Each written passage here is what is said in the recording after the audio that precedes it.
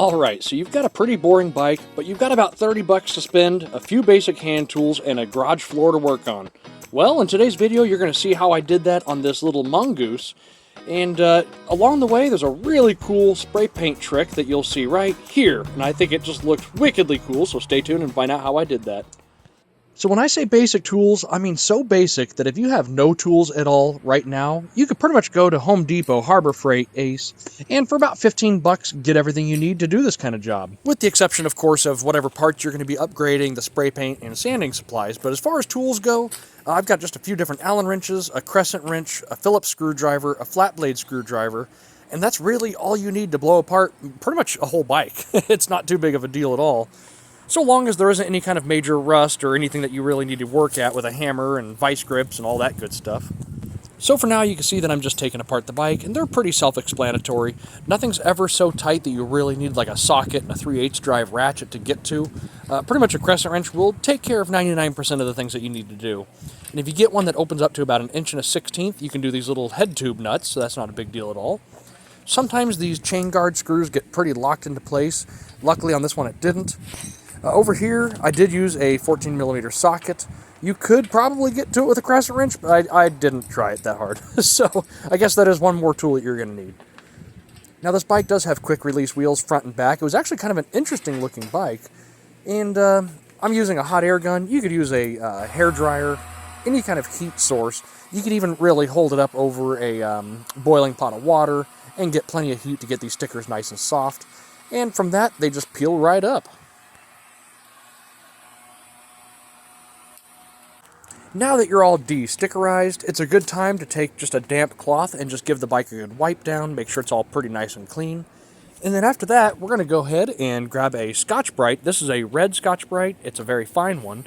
And what we're going to do is take all of the shiny areas, which is pretty much the whole bike, as you see right here, and we're going to make it all a nice, even, dull sheen.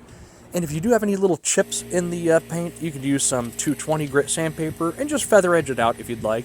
If the chips are really small, you're probably not going to see them underneath a whole bunch of primer, but it's just good practice to do.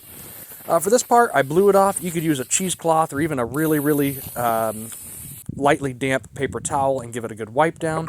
I have it just hanging outside on a broomstick with a ladder holding it up. And from there, I'm using some Ace primer, and it won't take much to do a bicycle frame. It takes, maybe a quarter can or a third of a can of primer. The primer covers really well, especially this Ace brand, which a little birdie told me is, I believe he said it was Sherwin-Williams paint, so that's pretty cool. So we're going to go ahead and dust primer on the whole thing. And then what I've got is a special trick here. I'm using some, like a metallic-y, kind of a darkish gray color. I'm going to paint the whole bike in this color, but the whole bike will not be this color when I'm finished with it.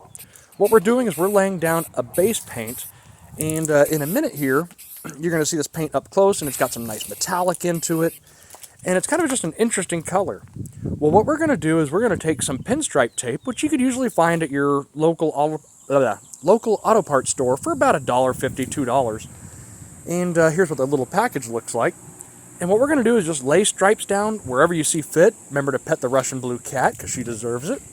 So we're going to take this pinstripe tape, and I really wish I did not pick black, because you can't see it at all on the camera. I did pick up two different sizes. The black one here that I'm laying down is 1/4 inch, and then I've also got some 1/8 inch, which you'll see as red here shortly. Now the 1/8 inch, you can make really nice tight curves and intricate designs. So at this point, with your base coat down and dry, I'd say start laying down pinstripes however you see fit. You know, get crazy with the designs, have fun with the designs, but you have to think about it backwards, because what stripes you're laying here right now will remain, of course, that metallic-y oil-rubbed bronze, I think is what that spray paint was called. And then what we're going to do, once all of our stripes are on there, we're going to go ahead and lay down some satin black. Now the bike won't be satin black. What I am going to do is lay a clear coat on, but that'll be after I peel off these little pinstripes. Now the satin black, it dries really quick, which I think is kind of nice. So we're just going to pretty much paint the whole thing right over the pinstripes and all. And it's not best to have the bottom bracket like this on a piece of wood, but I ran out of daylight, so I just wanted to kind of keep on going with this video. So the paint job will have to suffer a little bit down there. Anyways, with the satin black, or you can even use flat black, with it dry, you can go ahead and peel off all your pinstripe tape, and from there you just start stacking on clear. Now what this clear coat's going to do, when you peel off the pinstripe tape, you'll have a little bit of a border where the satin black is just a hair taller than that oil rubbed bronze. And with a few coats of clear coat, it just smooths it right over. You cannot feel these stripes at all, and I think that's a really nice touch. And after this clear coat dries really hard for a couple days, you can go ahead and take some polishing compound or turtle wax and get an even better shine out of it. But look at how these stripes pop right through that black. Now in the shade, you can't tell that they're there, but in the sunlight you can, so I thought that was really, really cool.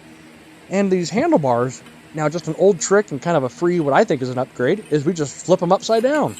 And with that, that kind of gives us that English cafe bike look. Now this bike, I don't really have much of a style or design, but I did pick up some generic pedals off Amazon. The purple cranks you see here, I did get them on sale from Amazon for $9. The pedals, I think I got those for $5.50. And the little flashlight came from an Oriental store near me for like $1.50, I think is what it was. Overall, I think the bike turned out really cool. I think the purple on the cranks is a good pop. May not be everyone's taste, but I kind of wanted this thing to kind of be just funky and fun and kind of like a, hipster-looking bike that you'd see in the middle of Portland, Oregon. Anyways, now with all this done, the tires are old. I think I'm going to upgrade these pretty soon to just straight black wall. But look at that paint job. I think that's just really, really cool. Now, I didn't get too picky with it. I just kind of laid down the stripes real quick to a design that I thought would look nice. And yeah, so at that point, that just gives you so much artistic freedom just to go in there and lay down stripes. And you could even use masking tape and cut out your own designs and just have a whole bunch of fun with it. And it's, super, super cheap to do that. Pinstripe tape lays down nice. It makes nice sharp edges. And it's like, I think, $1.50, $2 for a 30-foot roll. So more than enough to do a few bicycles. Anyways, I guess that's about it for this build. Just something kind of quick and cheap. I'm going to go ahead and put it out in my front yard for sale.